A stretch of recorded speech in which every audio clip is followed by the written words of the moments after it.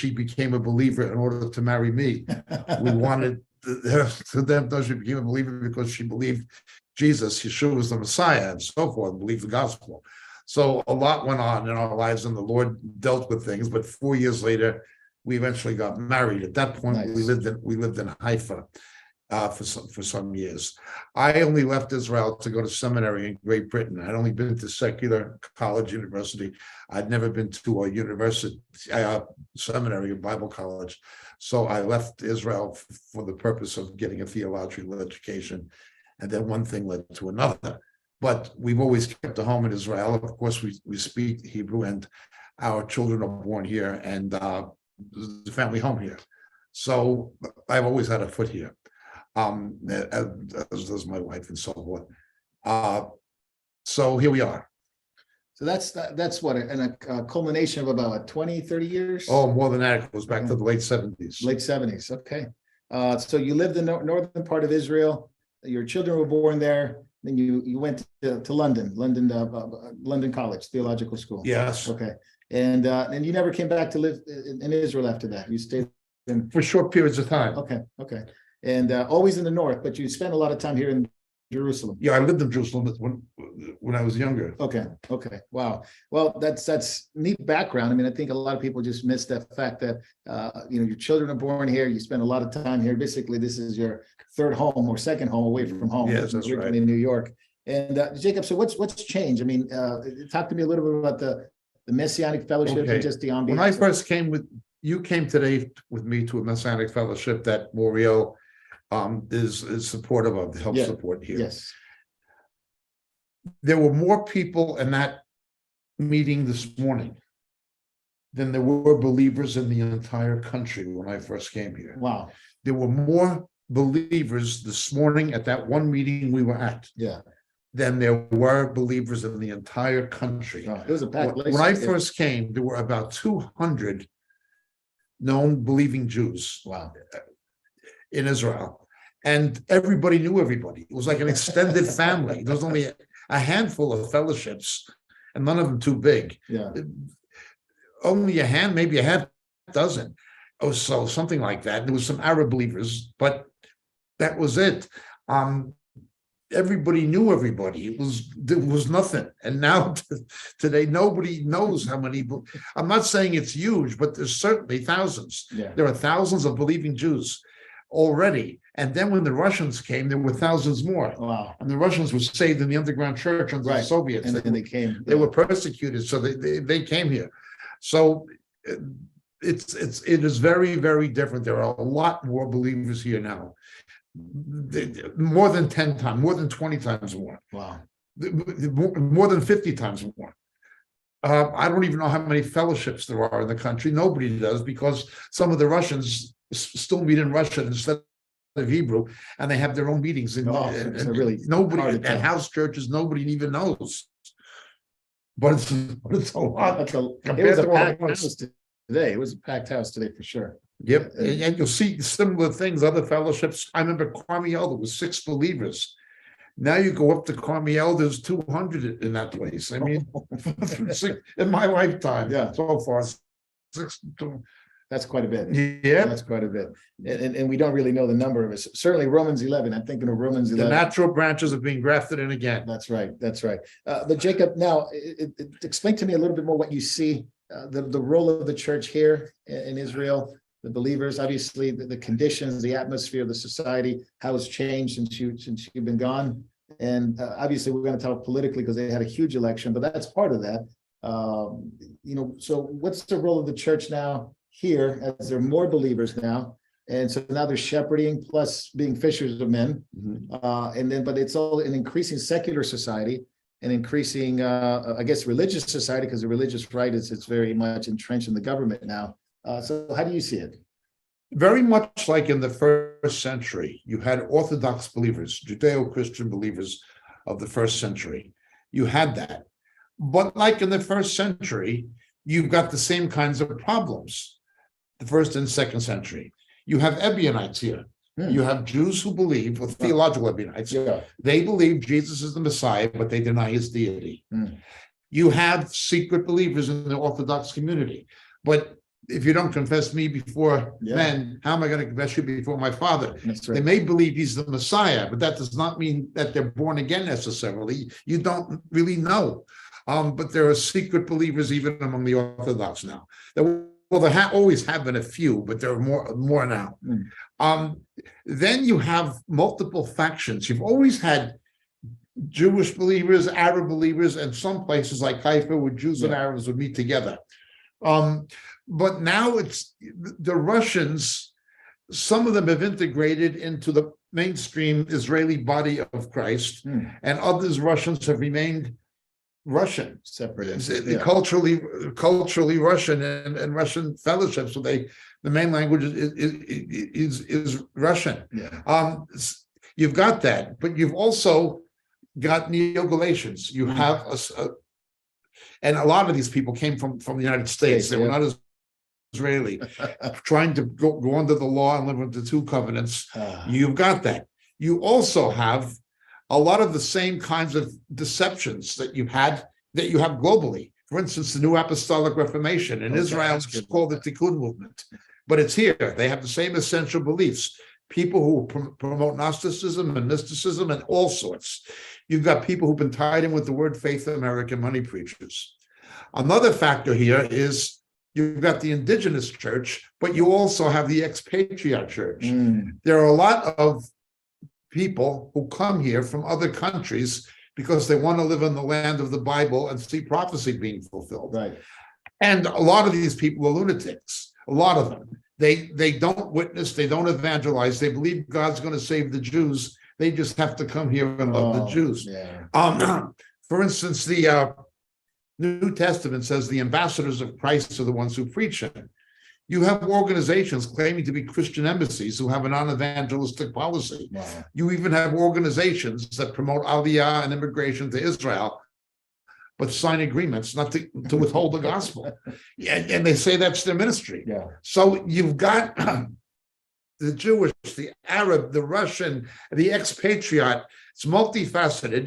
Then you've got the heretics, you've got the Neo-Galatians, and you've got Ebionites, Neo-Ebionites. That's essentially what they are theologically. But there is still a mainstream core of believers that are integrated, that there are expatriates who fit. You'll see Koreans and stuff who speak Hebrew who come to it. I met some today. Or Brazilians and things like that. And you'll see that, and they've integrated into the Israeli body of Christ, and a lot of Russians have as well. And you'll see some Arab believers with them.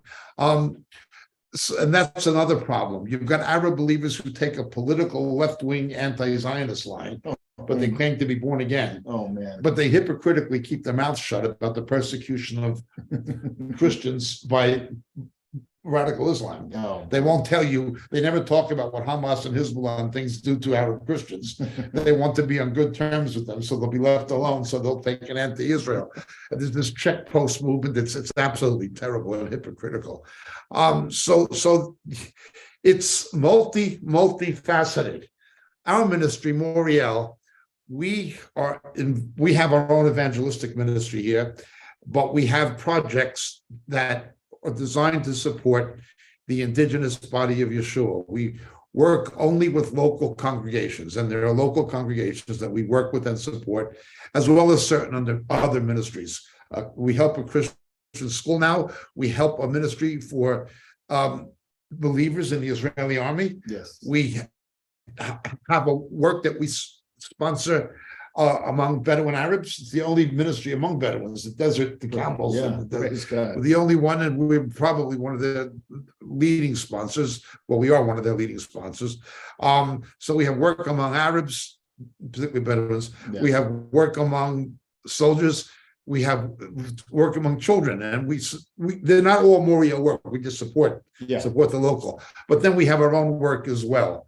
And much of that, not all of that, but much of that, it's evangelistic, and much of that is online. Yeah. But we have the same battles with the YouTube and so forth, and getting problems. Wherever you go, it seems to be the same. Yeah. Same issues. So we'll get to the election part. That's a huge ripple effect. It's going to affect the believers even though they may not think about it because of the ultra orthodox right that Yes. is hooked up with the current government now. Just ask people to please pray for our Moriel team here. We have a That's good branch here. We have some great people, and I was with them yesterday. They were doing some evangelistic work among Arabs. And to just see saved Jews sing to Arabs, you see all this what's going on, but you see what God does. Yeah, man. Yeah, it's great motivation, by the way. Yes. Jacob, you spoke about some of the false things and heresies that are getting in, because there's even some so-called believers that would say that they need to support the third temple, that they need to Yeah. support this temple movement that's Yeah. coming in, which is an antichrist temple that did not. But Yes. these are believers. These are supposedly believers. So you got a guy like John Hagee who supports rabbis who are anti-missionary movements. Yep. So it's a very complex picture. Yep. There are believers who do a lot of good for Israel, Yeah. but there are believers who do more harm than good. Very good. Very good. Well, we'll get to Israel in a moment as we get toward the end of the episode. But let's catch up, Jacob. First on the list, and we want to make sure that everybody understands this is a tsunami, and we're not talking about the election in the U.S. coming up, but this is a tsunami that it's been underreported for obvious reasons. The DHS, it's now clear and evident that they've been working with tech companies to throttle, remove, purge any other opinion except the one that's accepted, the current Marxist leftist movement in the US. Nothing else is accepted. So literally these companies have been meeting with them, Twitter, Facebook, Reddit, Discord, Wikipedia, Microsoft, LinkedIn, Verizon, meeting with FBI, DHS, to coordinate the removal and censoring as an operation, especially about elections. Zuckerberg came out on a podcast recently that said he's been meeting with the FBI, especially about the 2020 election. They were throttling, they were shadow banning, you name it, they did it. Now it's not even a question. We couldn't even assume anymore. It's on record. We've been talking about this. We've been sounding the alarm, but now it's across the world for people to see. Jacob, what's your take on it, first of all, and then what do you? Not the solution. We know what the solution is, but it's for people to wake up and see that in reality, there's really a tech censoring Yes. from all angles. It's not just YouTube. I know YouTube gets a lot of the bad rap, but it's other ones too. Look, it's an attack on democracy and free speech. You see it in New Zealand, you see it in Canada, you see it in Australia. But their real targets are Great Britain and the United States. That's right. That is the ultimate targets. The Australia, New Zealand, Canada, those are peripheral targets. Once they get established in those countries, then they go after free speech and things like this in the United States and the UK. Where you have actual people, Antifa and Black Lives Matter rioting and burning week after week, and they're allowed to do it with total impunity. Yeah. And you're being lied to and being told that it is entrenched racist white extremists who are the real threat to national security, when they can't point to hardly any instances of it, except for the occasional individual. Right. The lone wolf. They just tell an open, it's just that they build it on a lie. They're very much like Hitler, very much like Goebbels, very much like the Stalinists. They've got the same spirit as the Stalinists and as the Nazis, both of whom, of course, were socialists. That is what you see happening. Now, it is not just the DHS. It is the Justice Department, the intelligence community, call it deep state, and it is increasingly the Treasury Department, the IRS being used as a political police force. 87,000. 87,000 accountants with guns, with 9mm. You know, and this is supposedly to fight inflation. Or global warming. Or tax evasion by billionaires. You need 87,000 IRS agents with guns to monitor 1,000 billionaires. I mean, it's absurd. It's a lie. But the fact that they're able to do it and get away with it, and there's people who will still vote for them, and who can still be that stupid. This is exactly what you saw with Bolshevism, and it's exactly what you saw in Nazi Germany. People would have said Hitler was crazy at a better time. but the nation began following a madman. Well, that's what's happening now. They follow madmen. Yeah. And I would say if Hitler had this technology, Yeah, oh, we're God. not- yeah, Absolutely. yeah, because now we see technocracy all of our lives are very much connected to technology in Yep. every way possible. Even those who try to get away from it, they can't. And those are the very things, the very tools that they use Yep. to censor your life and to keep you from First Amendment rights in the US. Yes. And so we see it increasingly. Now, I don't know what kind of, obviously, and I was asking Natalie earlier today about what does the UK call their charter? I know the Canada's called Charter of Rights. What do they call it in England? Certain rights. It was the European Charter of Human Rights, but the UK is no longer in the EU. Right. That's the issue now. Okay. So now you're appealing to British common law. Okay. So now it's okay. I know the former foreign minister wanted to get away from that, right? Yes. Because of the Brexit issue and all that stuff. We'll get to England in a moment. Do you think that's going back? It's going back to Brexit with Sunak and Hun? Sunak is definitely a globalist. He's definitely a globalist.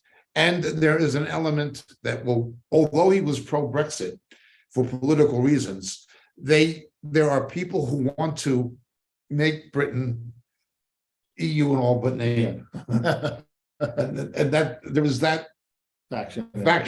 even within the Conservative Party, there is that faction. They're globalists. Yeah. Sunak, look, it doesn't really matter Brussels. It matters now Davos. It matters the World Economic Forum. Increasingly much more, right? Increasingly, Yeah. increasingly. The people don't understand. It doesn't matter if it's Zelensky. It doesn't matter in Ukraine. Yeah. It doesn't matter if it's that ridiculous Satan woman in Yeah. New Zealand. Yeah, we'll talk about her today.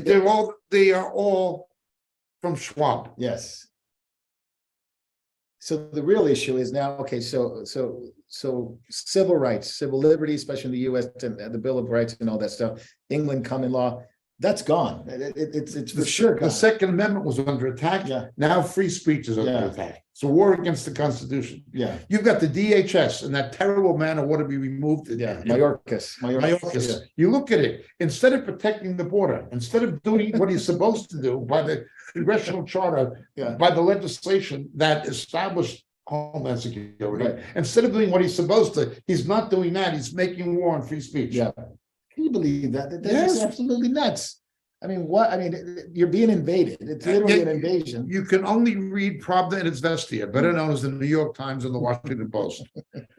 Yeah, but add to that now, all these, basically all these collaborators from Twitter to to Yep. Facebook to, you name it down the line. Now, Joe Biden is all of a sudden really interested in Twitter.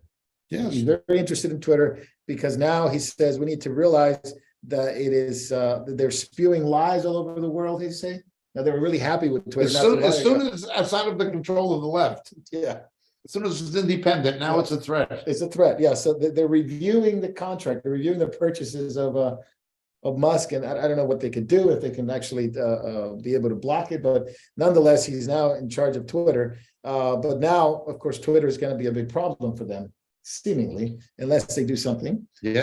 But the tech stocks, all the stocks that we've been talking about, those that have stock, seemingly Twitter, Microsoft for sure, and Facebook and Google and the Alphabet company, the tech stocks have gone down. They are going down quickly, Yeah, but so is the viewership of mainstream media. yeah, They're fighting for their lives. So when they see what's happening with Twitter, yeah, it scares them. yeah, It absolutely does scare them. When they see any kind of conservative trend, particularly in the Supreme Court, thanks to Mr. Trump's appointees, Yeah.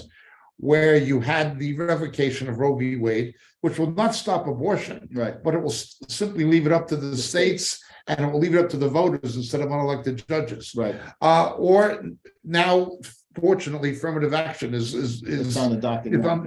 thank heavens. It just institutionalized racism. The left is beginning to go crazy and they're beginning to have a meltdown over the present election. Wow. But the election is another Yeah, thing. we're going to talk about that in a minute. But speaking of the Supreme Court justices, we were talking earlier today at lunch about just the obvious mental incapacity of some of these Supreme Court judges who they were appointed for you tell me better. Either appointed for the reason what they were X chromosome, not XY chromosome, right? And a certain pigmentation in their skin, but they really have written Yes. nothing contributing. There's really no amazing cases that they presided over or wrote great comments on previous cases. They're simply there to Yes. fulfill the leftist ideology. Remember, those who can't do teach. There are exceptions, such as Alan Dershowitz. Right. But if you're no good in court, become a law professor. If you're no good on Wall Street, become an economics professor. If you're no good in a pulpit, become a theology professor. Now, there are exceptions, Right. but they are exceptions. Right. It is Okay, exception. so you've got Kagan, a left-wing Harvard academic Yeah. with no real background in the practice of law. Yeah. She's just an ideologue, feminist. That's why she's there. Okay, then you have the newly appointed woman who issued a decision favorable to pedophiles. That's right. Was it Brown? Ketanji Brown. Ketanji Brown. Yeah. Okay. Biden said she was appointed purely on the basis of race and gender. So right away, you eliminate 50% of the potential appointees because of gender. And then you eliminate most women. We want a Black woman. 3% of the population, the other 97% of the population does not qualify for consideration as a Supreme Court justice, because we're going to appoint somebody on the basis, not of qualification and experience, but of race and gender. And then they yell about discrimination. then they claim white privilege. Then they claim, a war on women. then they claim, If they could tell what a woman is. Yeah, if they could tell what a woman. Yeah. she See, didn't know the answer to the question. what you basically have with Brown is a judicial bimbo, a racist bimbo. Now, so to my ear, she would have to undergo a significant amount of upgrade and improvement to qualify as a bimbo. She's not even there. She didn't know the difference between de facto and de jure. She didn't know the difference between what is established in law and what is established in fact. She didn't know basic legal terminology. No. Alito had to tell her, No. and she wrote it. And she's on the Supreme Court, something that a first-year law student would know. But she was appointed because she was a Hispanic woman. Yeah. What you can't. I'm sure you can find a Hispanic woman who's at least legally literate. Plenty. If you wanted to go the Hispanic card, there are plenty good judges that could have. Yes. But she's a leftist. She will fulfill the radical left ideologies, and that's why they're there. I mean, that's the reality. It's a I suppose they want stupid judges who will just vote the way they're politically told to by the establishment. that's it. Well, just like We don't know how to think legally. Yeah, but just like the constituents. The Yeah. constituents are the same thing. I mean, the average voter doesn't really know. Yes, And they just basically parrot the same talking points. that's right. Yeah, and the reality is they believe Ketanji Brown, they believe Sotomayor, they believe Yep. these judges. Yes. Yeah, but it feeds into Yeah, well, the uneducated. yes. Yeah, I did not like ideologically, I did not agree with Ruth Ginsburg, but she wasn't stupid. yeah. She Now you replace her, deliberately replace her. Yeah. With something that is racially and sexist, that is both sexist and racially motivated, yeah. discriminatory, and you intentionally look for a moron. More in this sense, not the biologically. No, I don't mean learning impaired. Right? Yeah. You find somebody who is juridically unqualified. Yes. You That's right. find the charlatan. You Yeah. find the charlatan. Somebody who went to law school on affirmative action because they couldn't get in Yeah. if they weren't. Yeah, well, they have a vice president that's like this. Yes. There you go. Well, I read some of the Ketanji Brown decisions on we talk about the leaning Yeah. toward pedophilia. Literally rapists, pornographers, child pornography traffickers. And look at the way they hate Clarence Thomas, Yeah, a Black American, one of the best jurists this country has ever had in modern times, a certainly. genius. And certainly. they hate the man. Yeah, They hate the man.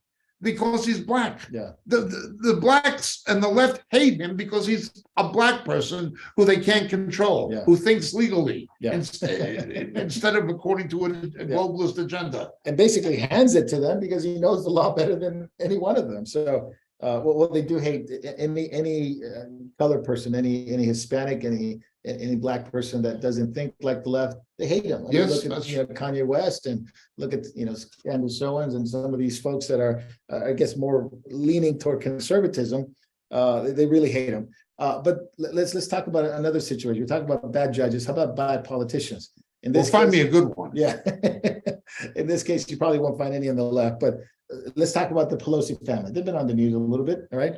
So I'm going to open up the conversation and then let you have at it, just to set up the thing. Paul Pelosi opened the door, seemingly, according to the police, and he was attacked by DePape. I think that you pronounce his last name. And DePape has a history of being a radical leftist, nudist, lots of things, lives on a bus and just crazy stuff that he's done, right?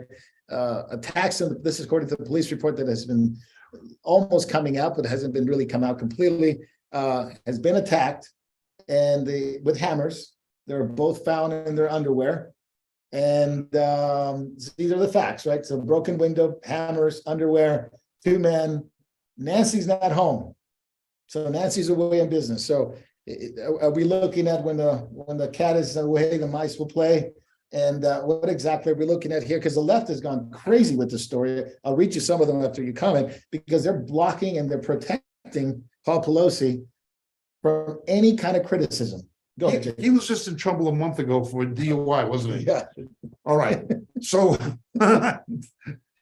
they're picking on him. Yeah. So, okay. Now, anyone else in San Francisco, the police footage would have been made publicly available instantly. Yeah. If it had not been a liberal Democrat, it was a Republican, it would have been headline news every day. Yeah. Instantly. Why won't they release the footage? Why have they not let this guy out on bail the way they let other assailants out on bail or even no bail? Yeah. But there's one set of rules for them Yeah. and one set of rules for the rest of us because they're elitists. Now, just look at this. You've got a radical naturist. In other words, a guy who runs around naked. Seriously, that's what he does. He's homeless. Yeah. Lives in a bus. He lives in a bus, he's homeless, and he's an illegal alien. So you got an illegal alien who runs around naked and who has a Black Lives Matter flag Yeah. hanging on his trailer. Okay, and they find him with a hammer with Pelosi's husband attacking him, so they say. And all of a sudden, this is the fault of Republicans. It is because it is an expression of the 2020 violence. Yeah. Now, It's Trump's. it is absolute madness. The fact that they would even try it, but they must know there's enough stupid people to believe it. Yeah, especially in San Francisco. I mean, How no can- offense. He's an illegal alien. He's a radical With the rap sheet. with the rap sheet. Yeah. I mean, you'd think they'd love him. They'd probably make him congressman or something like that with that kind of, that kind of mark. But well, here's more that's come out, Jacob, in the last 48 hours. So according to the police report that's being leaked out, before the police got there, the Pape and the Pelosi spent 30 minutes together. Yep. 30 minutes together, alone. According to the police, he was led in by Pelosi. So a lot of things don't make sense. Yep. This was written by an NBC journalist, Al McGuire, very accurate. In fact, it was so accurate, NBC had to take it down. Yep. They deleted the story because they're censoring themselves over what he wrote. He's not a QAnon conservative. He's not a Trump supporter. I mean, all things point to where there's smoke, there's fire. I think this is Brokeback Mountain stuff. Sure. Honestly, Honestly, yeah. Except for hammers. So now check this. The left says you can't call Paul Pelosi a homosexual. You can't call him that. It says you have no right to call him a homosexual. But they say there's nothing wrong with homosexuality. It's just that it's not for him. So anyone else would have been very happy to be. The left would have applauded being a homosexual, but now it's not okay. Can you imagine if it was a Republican or a conservative or? It would have been everywhere. It's the anyway. same thing. Yeah. At least Prince Andrew was held somewhat publicly culpable in England for his association With Epstein. with Epstein. That's right. Why did Bill Clinton get away with it? Yeah, exactly. The media censors it. Yeah. Now, But then they want to censor you. See, we're saying the same thing. Now, Rex Chapman from CNN Plus says he ran a story. Check this out, Jacob. Says Paul Pelosi cannot be gay because Nancy is so hot. She is so sexy that he says he can't be gay because she's hot and sexy. the only time she's going to be hot when she's burning in hell as a witch. Wow. That's going to be the hot stuff. Then she'll Okay. be a hot babe. Yeah.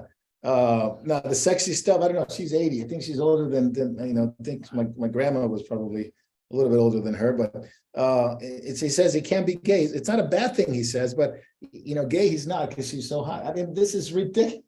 It made me laugh more than anything else. But check this out. Hillary comes on and she says, if you attack them, you're a racist, misogynist, anti-Semitic. Yeah. This is Hillary. MSNBC says this is suggested that Paul Pelosi was attacked mysteriously. It's basically a hippie who attacked him, and it's part of the racism that enabled by conservatives. Again, Joy Reid. You have a radical, a guy who runs around naked as a political cause, who's homeless technically, who's an illegal alien, and who has a Black Lives Matter flag, and somehow this is part of a conservative conspiracy. They lost their mind, but not only have they lost, that's beyond desperation. Yeah. And do they really think people are that stupid? Well, some people are. Yeah. But maybe Paul Pelosi is gay because he's married to Nancy. I mean, you could take it the other way. yeah, that's right. You could take it the other way. But Dick Durbin comes out. Durbin yeah. comes on and he says, well, how dare you use your free speech to attack Paul Pelosi? It says, this is why we need to restrain misinformation under the guise of free speech. So Yeah. at the end of the day, it's free speech. At the end of the day, is more taking away their rights. At the end of the day, it's rules for us and not for you, that kind of stuff. So, Yes. oh man. So I think more is going to come out. We haven't seen the last of it, but yeah, you're right. He's been on the news. Paul Pelosi's been on the news. Not only the intoxication, DUI, but also their stock trading. They know more Yes. than Pelosi. Well, why has Pelosi not been at least investigated for inside trading. for insider trading? Yeah, By absolutely. the Securities and Exchange Yeah. Commission. I mean, she's got like a 90% success rate. The Yes. best stock traders in the world have like at least 50. I mean, that's a good one. Yes. She's got 90. People made millions of dollars just by following Following her, yes. I don't get it. But then again, maybe because I'm not a Democrat or something like that, I don't get it. But nonetheless, more is Yes. going to come out. Now, from one crazy person to another, Jacinda Ardern in New Zealand has been running amok. Now she's got, Emphasize the muck. yeah, she's got the farmers all up in arms. Listen to this. Because of her new policy on green policy, the green policy and agenda, tax on emissions of farm animals regarding their burping and their flatulation, meaning their farts, are going to be taxed because it's called the burp and fart tax, literally, the burp and fart tax. It's going to be a high levy against agriculture, against sheep, against cows, I guess New Zealand has a lot of sheep, and farmers are just going to lose it. They're already losing it, but they're going to lose it all if this goes through. And now, following the thinking of the Dutch farmers, the New Zealand farmers are now protesting, and it's a big thing. They're Yeah. blocking roads, tractors, you name it. But again, this has been a long time coming, Jacob. You've been talking about Jacinda Ardern for a while, World Economic Forum protege, et cetera. Tell me what's going on there. What do you see? As you say, I've been warning about that terrible woman for some time. New Zealand used to have, well, still does have more sheep than people, but there was about a 1/3 reduction, I believe, in the number of sheep in New Zealand. I believe it was a divine judgment when they began building their abattoirs facing Mecca Oh, in order to export into Islamic markets. So they began building their abattoirs facing Mecca. I Wow. believe it was divine judgment on the sheep industry Wow. in New Zealand. But now they've been hit again. When was that? They're losing the battle now. The first time it was Islam. Now it's Semethicon. This woman is absolutely out of her mind. But nations get the leaders they deserve. Yeah. If people will vote for someone like Andrews in Victoria, Australia, Oh man. or if they'll vote for someone The snake oil. like Trudeau in Canada, Oh man. or a terrible woman like that, these are all Schwab slobs. They are all Schwab slobs. Yeah. All of them. Yeah. I mean, every single one of them have gone to that school, that the new leaders school. All of them. Tony Blair's another. Yeah. All of them. Have come out radically on the green agenda. Now, Wellington, Auckland, Christchurch have all received protests blocking roads. Basically, everybody's it's protesting the emissions tax. Now let's look at this.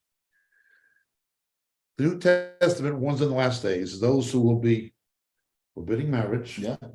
and forbidding certain kinds of foods. Yeah. Trying to force the green agenda is trying to force a vegan vegetarian. Absolutely. agenda. Yeah. And it's exactly what Scripture said is going to happen.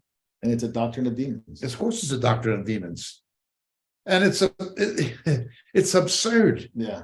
Now this is Netherlands, Canada, New Zealand. I don't know if Australia's gone through that. I think David told us. There are people in Australia who'd like to do it.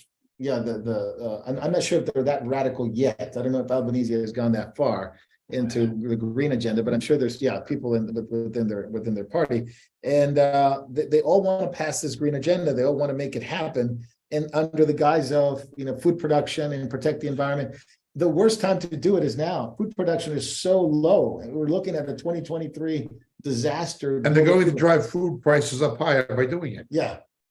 Oh, It'll not just be starvation, it'll be engineered starvation. yeah. The Stalin, Ethiopia in the 80s. The way Stalin used starvation against the Ukrainians. Yeah. Or the way Mengistu used starvation in the Horn of Africa. Yeah. This goes back to the ancient world, to the ancient Assyrians, when they would use starvation as a military strategy against their enemies by using siege. Wow. You read about it in Josephus Yeah. in 70 AD. So The use of starvation as a military weapon, or militarization of food, weaponization of food. Yeah. And that's what it's coming to. Yeah. But on back of it is what Paul warned about. I remember reading about the siege of Jerusalem, both in 586 and 70 AD. Same thing. It was the food, Yep. the water supply, food Yep. supply. Now they're doing it, but they're brazen about it. I mean, literally, they're telling you what they're doing, and yet nobody cares. Nobody seems to care at this point, because I think everybody just wants to go about their lives after the whole lockdown thing, and they're not expecting this to happen. I mean, the UN, even the UN has been warning about it. Also what it is Eastern religion, Jainism. The Jainism is a Yeah, particular Like version it's- almost of Hinduism. yeah, like an aesthetic type. That is so radical. You can't own anything. But you have to respect the life of a mosquito. You can't kill a mosquito or a rat. Yeah. That's Jainism, Wow. and this is what it is. Wow. So it's New Age, Hinduism, Jainism, all Yes. implicated into, but it looks like a tech Yes, with the face of a technocracy. that's correct. Now another place that's really going really crazy right now is Brazil. So let's go to from one part of the world, from the Pacific to I suppose the Atlantic. Obviously South America. Brazil's election. It's a tipping point right now. Brazil went through an election. Bolsonaro seemingly lost. Lula da Silva is back in, right? But he's bringing in socialism. But the call is now that this was a fraud. This was absolutely fraud. They have proof. They said, we'll talk about the church in Brazil because they're very outspoken about this at this point. There's a lot of evangelicals in Brazil. But after, I guess in Brazil, they have 2 rounds of elections. So they have to, the president, if so, whoever's ahead has to win has to have 50% of the votes to go to the second round. So supposedly Bolsonaro had the 50%, but it obviously went to Lula da Silva. People are protesting. This is insane. People are absolutely on the streets. Businesses have shut down. Manufacturing has shut down. Even the large Toyota plant has shut down because they don't want socialism. They don't want De Silva in there. They believe he's going to be just as bad as he was for the first time he was president. But you know who was really happy about this? Narco trafficking. Of course they are. They were very happy. Someone else is very happy, China. Let's understand something. This is not being adequately reported. Correct. The director of the CIA, just prior to the election, went down to Sao Paulo and down to Brasilia. Now you got People yeah. who spoke critically of the election results were being arrested based on private correspondence, held without bail based on private correspondence after Biden's CIA director went down there. crazy. The people are reacting. Yeah. They're calling them like the January 6th protesters. Yes, yes. It's pure Obama or Joe Obama Yeah. strategy. Wow. They're doing the same thing in Brazil they did. Now, Yeah. here's the question. Who benefits? China, obviously. Yeah. Is Hunter Biden on China's payroll? Is that man guilty of what many people would consider to be a de facto treason? That's right. Look at his business ventures in China. Look at what he's done on behalf of the party in China. Yeah. Is Hunter Biden a Chinese agent? I'm not saying he is. Yeah. I'm saying there's evidence and it warrants investigation. But a Absolutely. corrupt FBI will not investigate. Yeah, they'll investigate the pro-life. Yes, Yeah, the correct. pro-life movement. They're asking the military to step in because they're trying to bring some semblance of order. I mean, this is getting out of control. Now let's talk about socialism, because this is what really is at stake. But you know, Marco, sorry to Yeah, interrupt. no worries. The same as Biden was elected, when the House of Representatives and the Senate Yeah, were not taken by the Democrats, only the White House was. Yeah. It's the same thing in Brazil yeah, with De Silva. Most of the legislation It's and the conservative. national legislation is right center. yeah, It's not left center. yeah. It's exactly Joe Obama politics. Now, Whose side is Biden on? yeah, China. Or the World Economic Forum. Yeah. You know, which is probably, well, they just labeled Yes. China the leaders of the World Yes. Economic Forum. Now, Brazil and Ecuador are the only countries in South America that are not socialist. This is by far a socialist continent. Every other nation, and De Silva, when he was there, he sent a lot of money to Bolivia, Paraguay, to build up socialism there, to build up, of course, the legacy of Chavez, the legacy of Maduro now. Yes. Jacob, in a sense, I lived through socialism, but you were a socialist at one point. Where does socialism go wrong? Why are so many? Okay, that's one question. Here's probably the loaded question. Why are so many Christians in favor of socialism in the States and even in South America? There's a branch of Christianity that's growing within the Socialist Party. That came originally in South America from the liberation theology of Bonino and Sobrino in the late 60s. The Catholic. It was Catholic priest. essentially Roman Catholic in its orientation. There are left-wing in the Tim from New York, the bald guy, Keller. Tim Keller, Keller. access of pseudo-evangelicism. There are people, Yeah, he's a Marxist. in that groove who would misinterpret the book of Acts out of context. They held all things in common, Yes. forgetting that that was a temporary provision in a city that Christ told them was going to be destroyed. Yeah, that is their call to. That is their call to. The city was Yeah. going to be destroyed. Yeah. And you don't see that model in the Greek churches. You don't see that model in Antioch. You only see it at that time in the very beginning in a city that was under a death sentence. Wow. You're Right. But they try to make a template out of it, like anyone else, taking a text out of context and isolation from context and making it a pretext. And so naive evangelicals will buy into it. They think, it's justice and it's fairness and things like this. How come you have far worse injustices in socialist countries? Look, I'm not here to identify capitalism with Christianity. Right. I'm simply saying no socioeconomic model invented by men can have a theological basis. There are only principles. The more that something runs on biblical principles, the better it'll work. That's right. I'm not defending robber baron capitalism, which is practiced by Silicon Valley. Yeah, it's really that's what it is. Why are these guys pushing socialism? Well, because they know it doesn't work. When you go to Venezuela, you can make them sell the oil for whatever they want. You Yeah. want, you can destroy economies with it. Yeah, You can control populations and destroy economies with it. They know that for all of its faults, capitalism, and there have been abuses of capitalism, that's right. capitalism has given the highest standard of living and the most personal freedom to the most people. Mm. Why did I give up socialism? Yeah. One simple reason: it didn't work. And You know, I've seen it at work. When I was 14, I read the book Animal Farm. Yeah. And although I Great was a book. socialist, that book always had an impact on me. Mm. And that book did tell you something. Yeah. Like the rock band The Who, meet the new boss, same Yeah. as the old boss. No doubt, no doubt. Just want to remind everyone, those who are watching on YouTube, Facebook, Vimeo, Rumble, RTN, we are going to be taking questions at the end of this episode. So we're going to take questions of this episode, and then we're going to jump into backstage, and we're going to go into Rumble, Vimeo, RTN, and Telegram. That's right. Yes. So lots to keep up. You're everywhere now. I can't even. Everywhere. Yeah. We're in Israel at the moment. Yeah. And in the book of Proverbs, in the Hebrew scriptures, there's a term, Evet Kimloch. Evet Kimloch.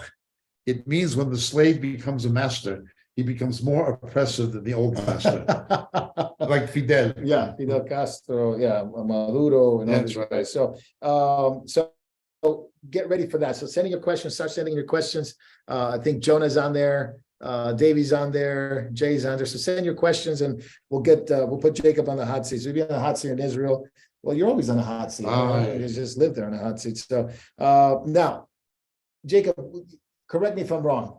Brazil has the highest amount of evangelical Christians in South America. In Latin America, Correct. yes. Huge revival. It went from about a 96% Roman Catholic population in 1970 Yeah. to 72. And from 72 to the present day, that population of Roman Catholics has decreased by 30%. Incredible. Yeah. I mean, it's the highest amount of Yeah. evangelical Christians. So it's not an irony. It's not ironic. It's not coincidental Yeah. that the target of the socialists, of the Marxists, of Yes. the globalists is seemingly a Christian country, not in a sense of overwhelming Christianity, but in a sense of conservatism. I mean, a lot of Brazilians are pro-life. A lot of Brazilians are pro-families. They're Yes. anti-abortion. They're anti-LGBT, even though there's seemingly a growing movement there, as everywhere in the world. But they're targeting a country to destabilize it from any kind of Yes. Judeo-Christian foundation. Let's not forget with Sabrino and Bonino, Yeah. the liberation theology, which was adopted in Africa by Desmond Tutu, a Protestant version of it, Church of a liberal Protestant version of the same thing. Oh, That was left, pro-left. When you had the growth of Marxism in Latin America, it was largely evangelicism that stopped it, Yes. particularly Pentecostalism. yes, So hence they know they have to target it for a political reason. 100%. Yes. Same thing happened in Guatemala. Guatemala with Rios Montt and all those Yeah. things, also Nicaragua. Yeah. Yeah. And in Nicaragua, they actually, I think one of your friends in the UK wrote a book about the persecution of evangelicals Yes. by the Sandinistas. Yes, Calvin. Yeah. I mean, it's quite, Yes. there's no coincidence. I mean, There's no coincidence. God blesses his people. Yes. And then the enemy comes in and tries to destroy Yes. us. Yeah. So I guess that's the next target. So pray for Brazil. I think you were invited to go to Brazil a while ago. But Yeah, I've been invited, but Yeah. my problem is like Spanish is one thing, but my Portuguese, I can read it kind of because it's close to Spanish and Yeah. Latin. I couldn't Yeah. speak in Portuguese. So we got to get somebody that can. Yeah, and not only that, the European Portuguese and the versus, Brazilian Portuguese is so different to my ears. I Wow. just wouldn't. is that like the French Canadian in the? Yeah, I can handle that. Oh, you can I handle can that. handle the French Yeah. because my daughter speaks Parisian. Yeah, But and Latin American Spanish and Castilian is not such a problem. yeah. But that's a problem. Portuguese, forget it. Yeah. Yeah. So pray for Jacob about that, and maybe we get to go. Now, another election. Now we're moving closer to home here, where we are today. Israel and the Middle East. Netanyahu is back in, albeit a far-right coalition that he's trying to bring a far-right coalition. Lapid has conceded as of Tuesday, so it's been a while now. But he's bringing with a right, I would say, as they describe it, a right extreme ultra orthodox. Okay. So not saying in favor of either one. I'm just saying, well, Lapid is out. The other prime minister's out. Naftali's Yeah. out. Now Bibi's back in. I think he's a sixth time as prime minister. So I Yes. believe. Is that a good thing? Is that a bad thing? And what comes with it? Let me begin at the beginning. Some time ago, we were making parallelisms between the political trends with Donald Trump and the political trends with Benjamin Netanyahu. That's Here right. I'm catching up with Jacob. That's right. That now continues. Donald Trump is trying to make a comeback in the opinion of many people. Yeah. Benjamin Netanyahu is. Yes. Opinion of many people. So there seems to be a parallelism. Those two were akin to each other in many respects. Okay, you kind of see that. I know we're going to come to the American elections in a moment. I would take delight in the United States in the defeat of the Democrats, but I would not take delight in the ascension of the Republicans because I know what rhinos and know better. You know, yes, I want to see the Democrats lose, but with people like Mitch McConnell and McCarthy, I have no faith in the mainstream Republican Party. Okay, well, Israel, it's the same thing. I like Benjamin Netanyahu. Okay, generally speaking, he's under investigation on charges that he claims are trumped up, the same as the charges against Trump is being trumped up. Okay, that's going on. But and there are those who say that will be a legal distraction from us concentrating on responsibilities of office and the prime minister. Charges, right. But let's understand something. Right now, the world, not all the world, but much of the world, is propagating the lie that Israel is an apartheid state. It's coming from, you know, like 22% of the university students in Israel are Arab. I remember South Africa during apartheid. Blacks couldn't go to university. 22% of the students here in Israel are Arab. You've met Arabs today. Is anybody mistreating them or making them second-class citizens? They're business owners. Doing very well, especially in the South, by the way. 20% of the nation's physicians are Arab. How can you possibly say it's a total lie? But having a government like this would reinforce the propaganda against Israel that it is a fascist apartheid. That is one problem. Now, here's the real problem.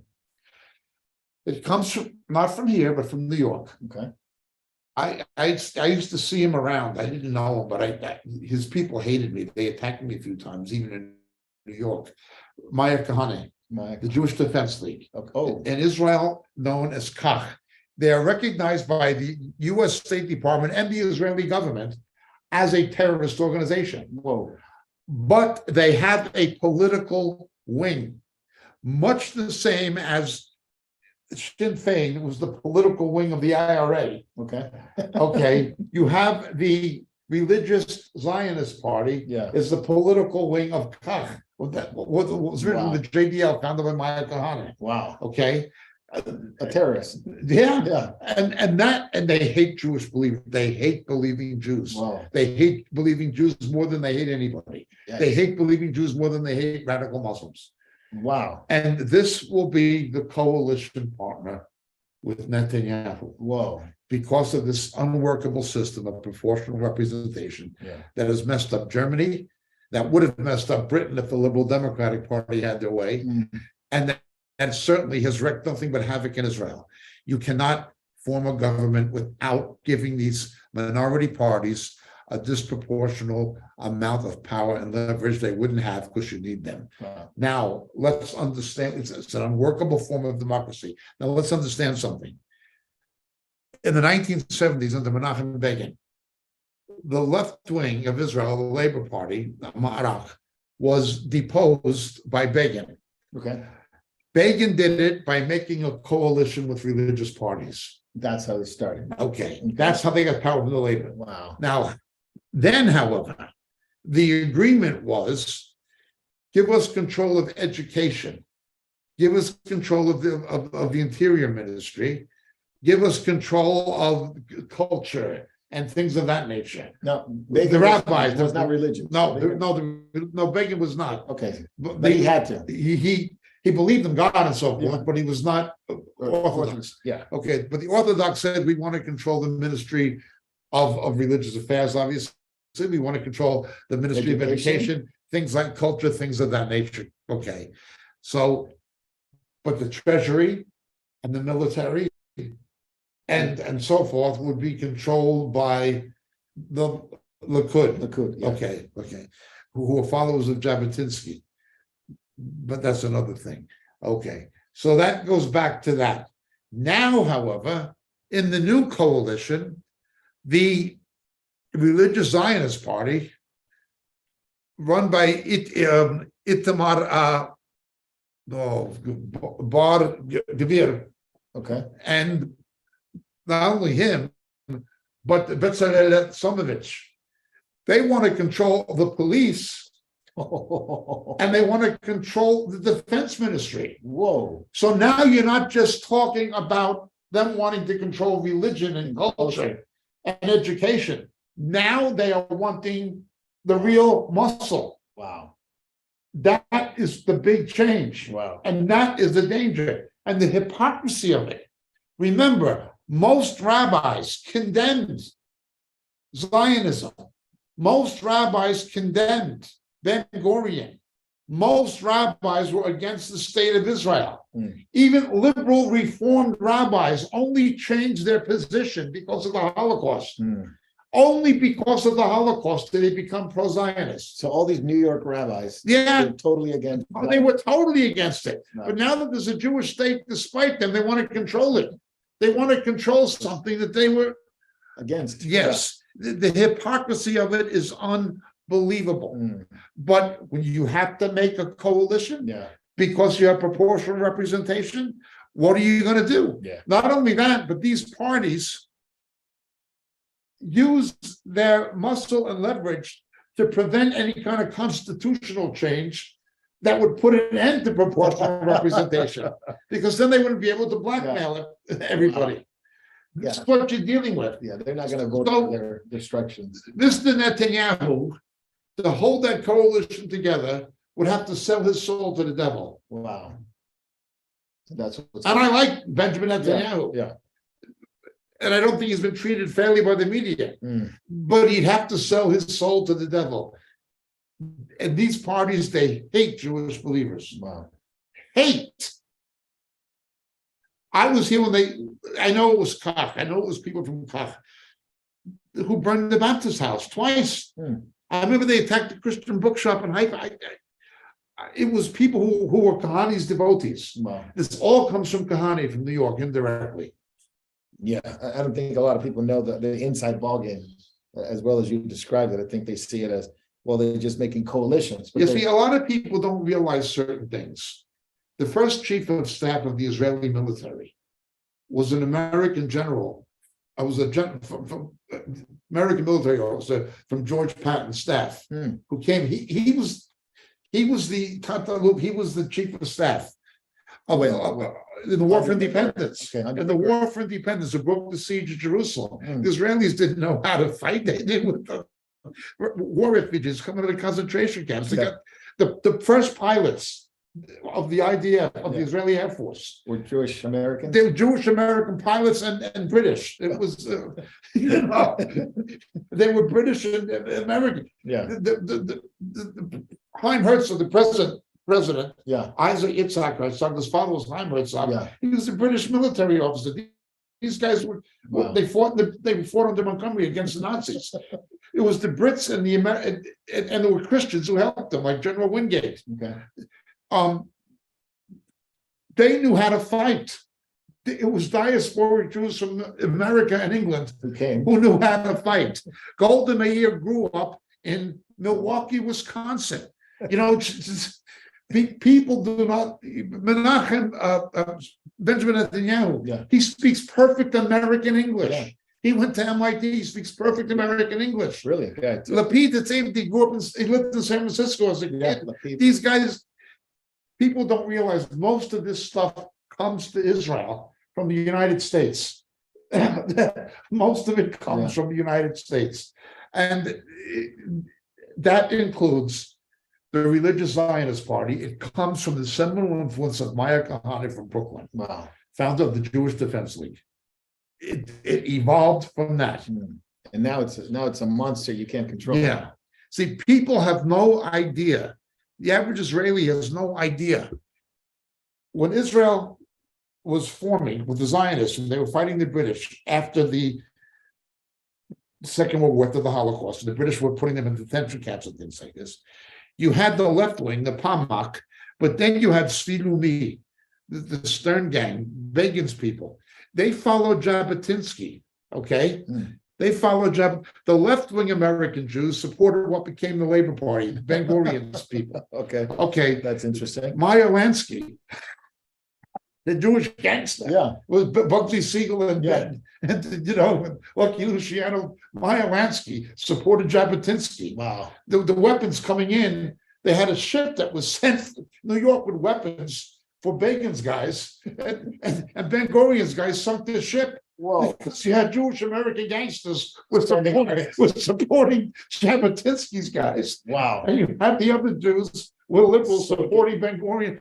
People have no idea That's the complicated. how it happens. Yeah. You had a division of American Jews Wow. between the left-wing ones and the right-wing ones. And the left-wing ones saw the right-wing ones as gangsters. That's why when Lansky tried to evade or avoid prosecution in the United States and racketeering trial, he came here. Oh. And Golda Meir threw him out. It went to the Supreme Court here. Really? Yeah, and Golda Meir threw him out. And well, anyway, he appealed to Begin, because I helped the Stern Gang. Yeah. The Stern Gang were the real shooters of it was Itzhak Sharon and Itzhak Shamir and Begin. They blew up the King David Hotel. Oh. And these were Jabotinsky's guys back in the American Mafia, Terrorists, for basically, Jewish Mafia. Oh. So it goes way back to then, and most people do not understand this stuff. Yeah. They don't know about, they don't know about Meyer Lansky. They don't know about Maya Kahane. They don't know about Golda Meir. They don't know that this stuff came from the States. Yeah. But it's here. That's here. why you see the same things happening with Begin that happened with Trump. Or Bibi, yeah. This country is in certain respects a 51st state. Yeah.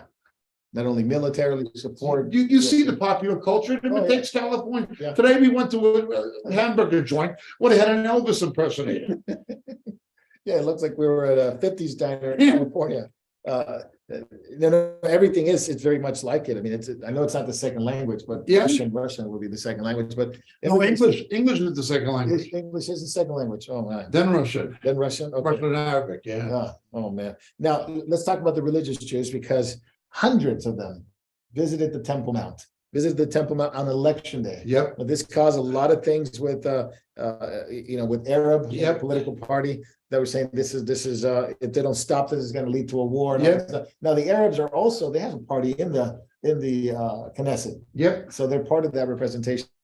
So the religious Jews are going up to the Temple Mount. The Arab and the coalition are saying no. I mean, this is a very divided house. It could be a house of cards. I mean, that's what happened to Lapid and Naftali. They couldn't get anything going. Yeah. And they had to call an election after election. So they had to make a deal with the left. And Netanyahu has to make a deal with the religious right. Yeah. There's no winning here. Well, if Lapid and Begin, I'm sorry, and Netanyahu, and Begin's son, Mohan Begin has a son. Oh, really? Yeah. Oh. And if they had had the sense to come together, there may have been an alternative. But they're fighting with each other. Yeah. Well, you often see that, right? You often see, maybe allies become enemies and so forth and so on. I mean, it's politics, right? But Netanyahu, now him in power, is more secure against Iran. less secure against Iran? It would be more. Put it this way, if Trump had been president, North Korea would not likely be shooting rockets over Japan again, missiles over Japan again. Yeah, or Korea. Yeah, Korea, I mean, they would not be shooting missiles over, North Korea would not be shooting missiles over Japan, and Putin would not have invaded the Ukraine. You know what I'm saying? And Taiwan would not have been under that kind of threat if Trump had been in the White House. The enemies see weakness. Iran is desperate the way China is. It has an internal crisis. It needs an external enemy. Okay? Yeah. But if they see weakness, then now they have to deal with a strong leader. They know that Netanyahu is not going to be a weak leader. Right. Yeah. Yeah. Some of his enemies, even Netanyahu's enemies, Zaki Hanegbi, he says, well, you know, he's going to strike Iran if Iran does anything wrong. Netanyahu has that kind of resolve. But let's talk about Iran for a minute, because they're in deep trouble. I mean, protest after protest after they killed that young lady by the Iranian guards for not wearing her hijab the right way. The protests haven't stopped. The real, the currency, real, it's below like a 30-year low. I mean, it's absolutely in the toilet. It's going to get worse. Yeah, and they're bringing Hezbollah and Hamas fighters into Iran to try to quelch them down. I mean, the media is not showing this, but students, business owners, manufacturing have all turned against the mullahs. When Putin is going to North Korea and Iran for armaments, and when Iran is going to Lebanon and Gaza for fighting, desperate people do desperate things. I don't know how far Iran's going to go. I mean, you remember when what was that other leader that went through this and he killed a bunch of college students during Obama's era? I forget his name, from Iran. He thought he was an imam. Ahmadinejad. He did the same thing. I mean, they had he quelched it by killing them. I mean, they're doing that. There's a lot of people who've been killed. Yes. Students have been put in prison. I know Iran's biblically an important. And Obama gave him the deal. Yeah, Obama's so is Biden going to give? Obama sided with the mullahs in effect. Yes. Biden will do the same. The only political restraint there will be now on Netanyahu will be Biden. Wow. And that might change in a couple. This coming. It's going to be hard for him to do it with the Republican Congress. Now, Iran is launching new satellite carrying rockets, going to Russia for basically nuclear programs. I mean, they think they have it in the bag. Yes, with Biden. That's what they're acting like. I know it's important. Iran's important biblically. It's mentioned in Scripture. Prince of Persia. Prince of Persia. Do you see it coming sooner, Jacob, or delayed? Now that you have a strong leader in place and Iran has to play nice for a while, and perhaps the Dems don't have as much. Peace comes through strength. Right. Peace comes through strength. So there's two possibilities. Before Benjamin Netanyahu was able to form a coalition, which may take up to a month and a half, they could do something imminently while there's still somewhat a transitional political instability in Israel. Or they're going to be in a situation where they know that they're up against a strong leader who's not going to play around with them. And who's not going to be as restrained by Biden after the American elections. So they know that. So it does raise the possibility that they may do something drastic in the short term. But if they don't do it in the short term, it's less likely they're going to be able to do it in the near or long term, because they're not going to have the Joe Obama, the same power of Joe Obama in Washington, and obviously they're going to have to deal with Netanyahu. So I was talking to Davey about that today. We've been hearing rumors, and there's just rumors around, but they have some, where there's smoke, there's fire, that Iran is pushing this, whether it's a nuclear, whether it's nuclear tactical, whether it's a dirty one, seemingly fast. Probably because of what you're saying. This transition is going to take some time. We need to do it. The American elections are next week. It needs to happen really quick. Now, Israel's still hitting Gaza. Israel's still hitting in Gaza which and Syria. the rocket factory that they have there, right? Yes, For all sponsored by Iran, by the way. All sponsored by Iranian Iran, sponsored. Yeah, and but also in the Middle East, Saudi Arabia is now going toward China and ending some of that relationship with the U.S. and Russia. and Russia, and so, yeah, China and Russia. So dollar dominance seems to be less and less in that direction. The only thing is the BRIC countries are in trouble themselves. That's the only thing. only problem The is- dollar wins by Yeah. default. yeah, You see, it's not what is in the news, it's what isn't yeah, when you talk about the Middle East. yeah, For instance, Lapid said, Israel stands with the Ukraine and the Ukrainian people, and we stand with the West, right, but we're not going to become military participants. correct. Okay, you want to bet? Right now, from Darfur, the Israeli Arms Development Agency, it's an industry owned by the government that develops. Weaponry. Yeah, Okay. it's like the American DARPA type. Oh, DARPA, yeah. It's Israeli equivalent of. They are in the Ukraine, watching those Iranian drones, Mm, learning everything they can from those Iranian drones Yeah. to improve their own defense, Iron Dome Yeah. system Yeah. against those drones. yeah, No, they're not going to tell you that, but the full Israeli equivalent of Yeah. DARPA is there doing it now, this very moment. right, And although they may not sell the Iron Dome to Zelensky, Yeah. there's the people who know how the Iron Dome works are still advising him on collaborating, how to deal with it. It's in the Middle East, it's not what you see that's always the most important. It's what's not being said. Hmm. Now, let me ask you about this one.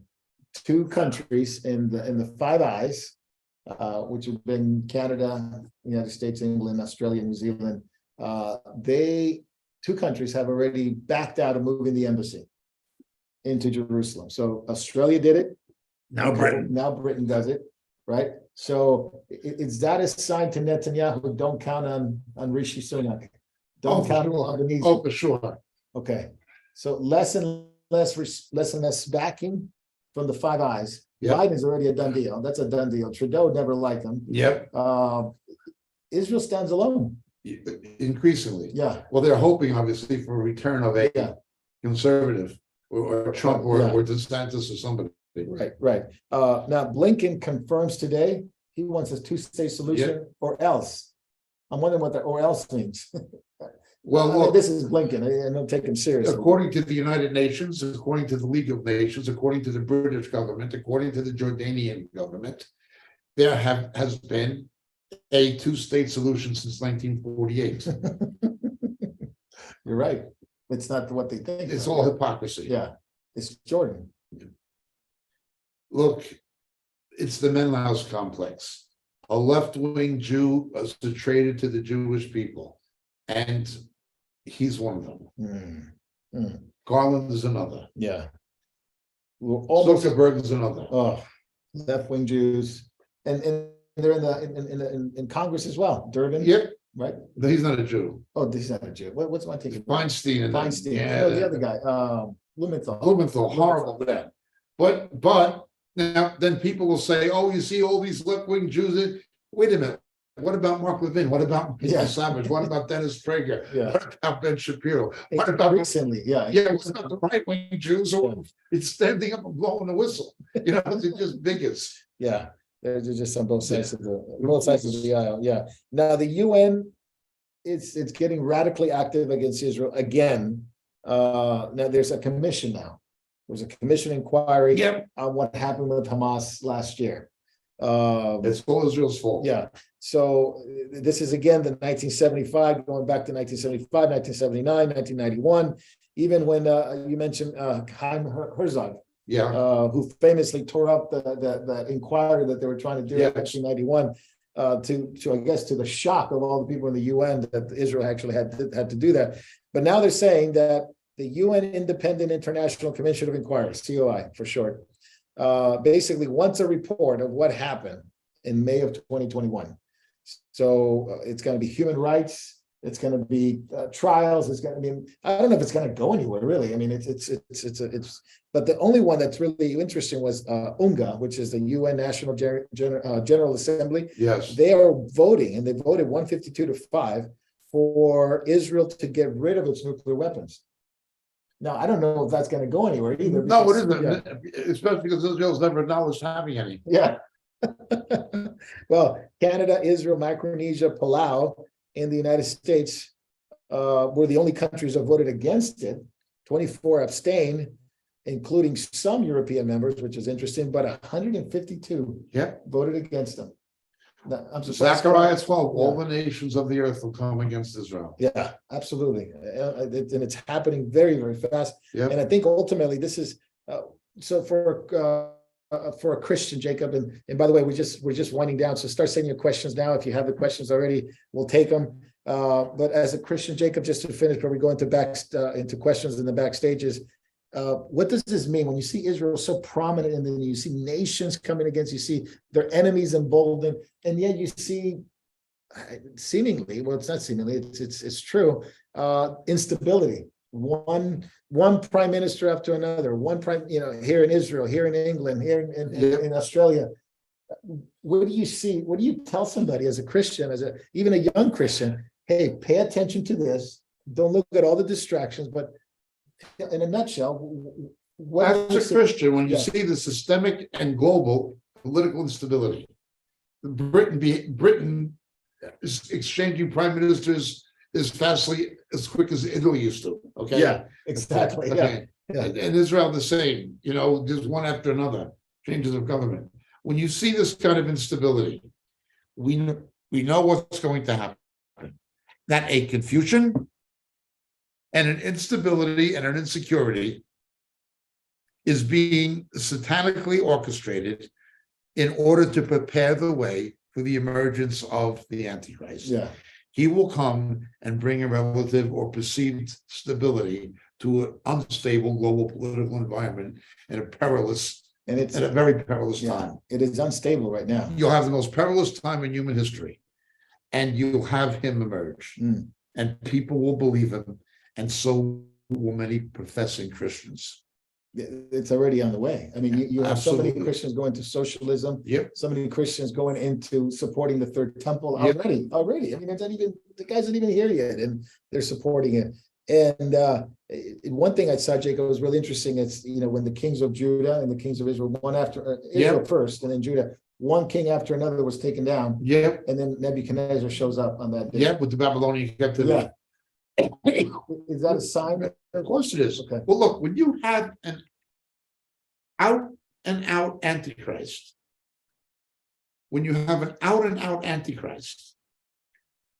somebody who puts himself in place of Christ and says, I am God Almighty, considered to be an evangelical leader. We're talking here about Stephen Furtick. Yeah.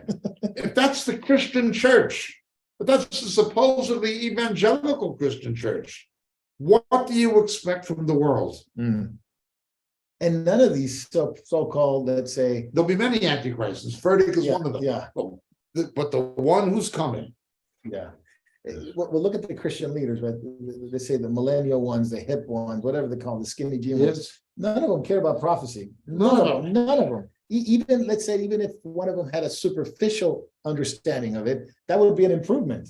But they actually speak against it, like if it's Yes. a bad thing. yes, Yeah, in which you see a lot of young Christians, of course, that they don't want to know because they've been told you will never know. I remember talking to a friend of mine, says, I don't get into prophecy because there's so many views, it's confusing. And yes. so he just rather not deal with it. That's right. The Church of England says this, this denomination says that. And so, It's the cafeteria. yeah, Forget about the whole counsel of God. Yeah. We'll have this, not that. yeah. Excuse me, incredible. All right, so Jacob, we're going to put you on the hot seat. Let's turn this Let's on. do it. Okay, we're not going to ask you about the Nancy Pelosi being Don't forget sexy. to turn it back off though. Yeah, we're not going to ask you about Pelosi being sexy and all, but and hot herself, but we're just going to put you on the hot seat. So, Jacob, I have come across a Messianic Jew named James Scott Trim, who says that Gentile believers should eat kosher. in the Peter's vision, a blanket descending down from heaven, does that refer to being able to eat pig, etc.? How do you deal with that? It was plenty of unkosher food. We have some recorded teachings and also printed material on our website. Mm. The one I would point you to is the New Galatians. Okay. The New Galatians. I'd point you to that. We deal with this issue. Forget about people putting you under bondage to the law of Moses. Now, again, my family has always eaten kosher for reasons of culture, for reasons of testimony to unsaved Jews, maybe personal devotion, but never anything that they would put on anybody else. Mm. When you see people putting people under the law, keep away. Yes, Peter was in the house of Simon the Tanner in Jaffa, which is about 45 minutes from where I'm seated.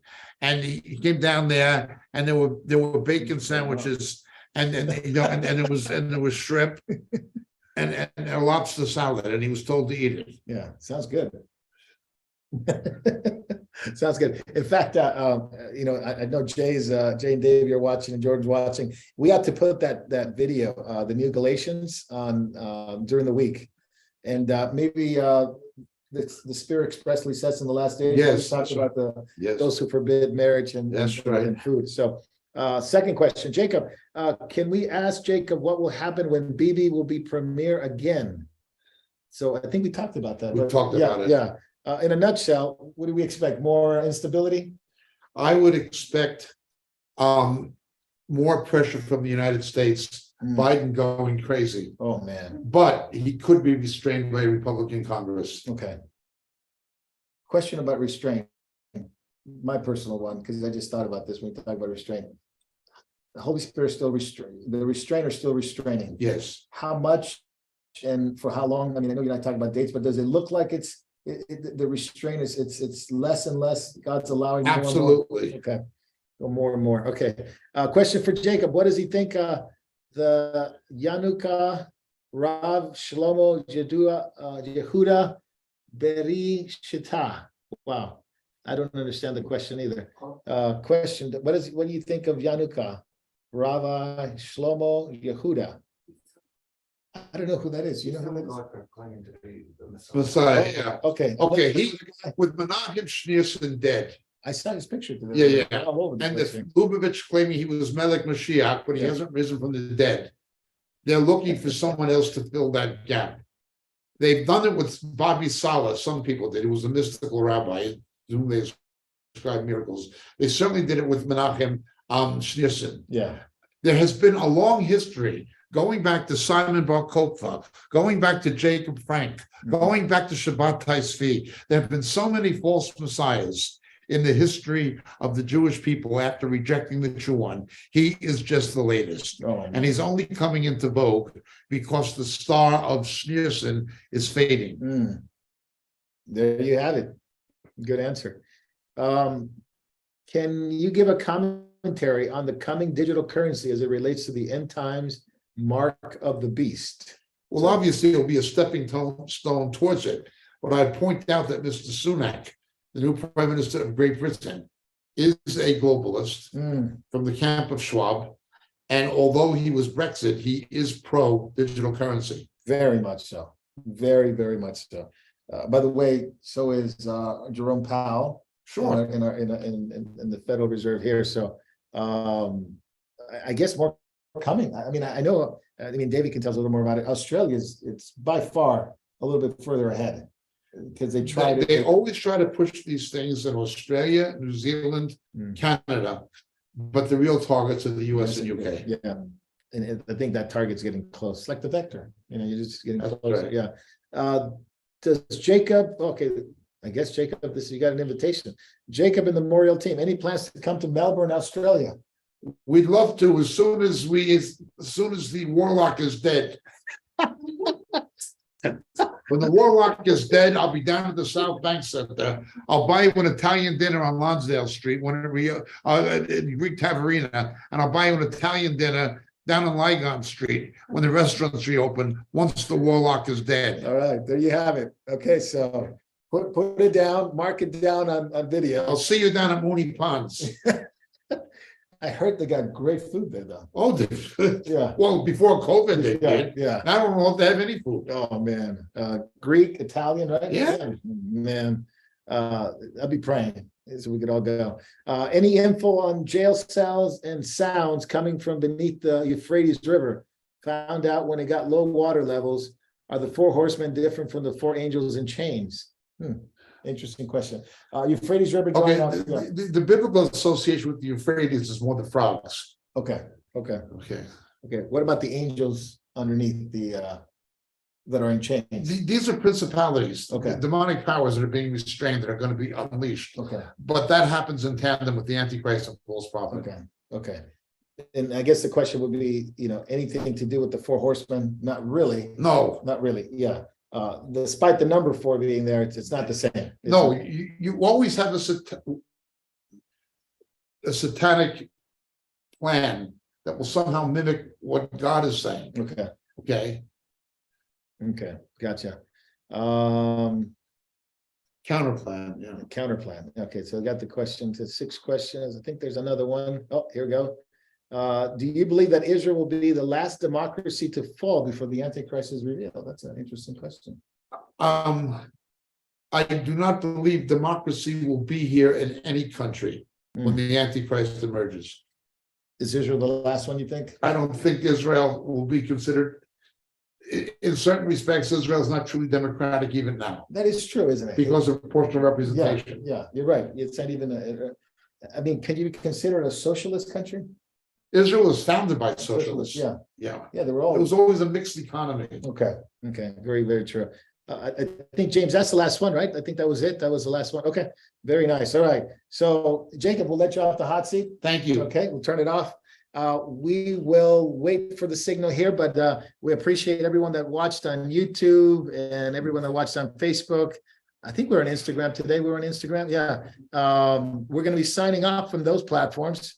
The tech world is really Yeah. DHS and all that stuff. They Yeah. don't like us. We'd like to advise you that we have other platforms. Yeah. We have Rumble, we have Odyssey, we have RTN, we have MorielTV.org, and we are getting more. Vimeo as well, and Telegram. Roku, We're not getting Yeah. a Telegram. Telegram, Yeah. Telegram. Please, the less you watch the villains, you know which villains I mean, YT, please watch us on other platforms and channels. Yeah. So as we sign off, please go to those. I think, Jay, are you providing the links for those and people can get on those to their favorite one? Yeah. So the links are there on the chat. Jump over to the other side. We'll give you some time to jump over there. And if you really want to know what Jacob thinks, I know he has a hard time getting it out. Yeah. Sometimes he doesn't tell you all that he knows, but he holds back a little bit. Wait until you see him with his hair down. When his hair's down, it's a different show. It's called Backstage. Get to the backstage. Jacob's going to take some water right now. You get there. We'll be there in a few seconds. As soon as Jay tells us we're good, then you're really going to know what Jacob thinks. So jump over to the other side and meet us there. Good job today.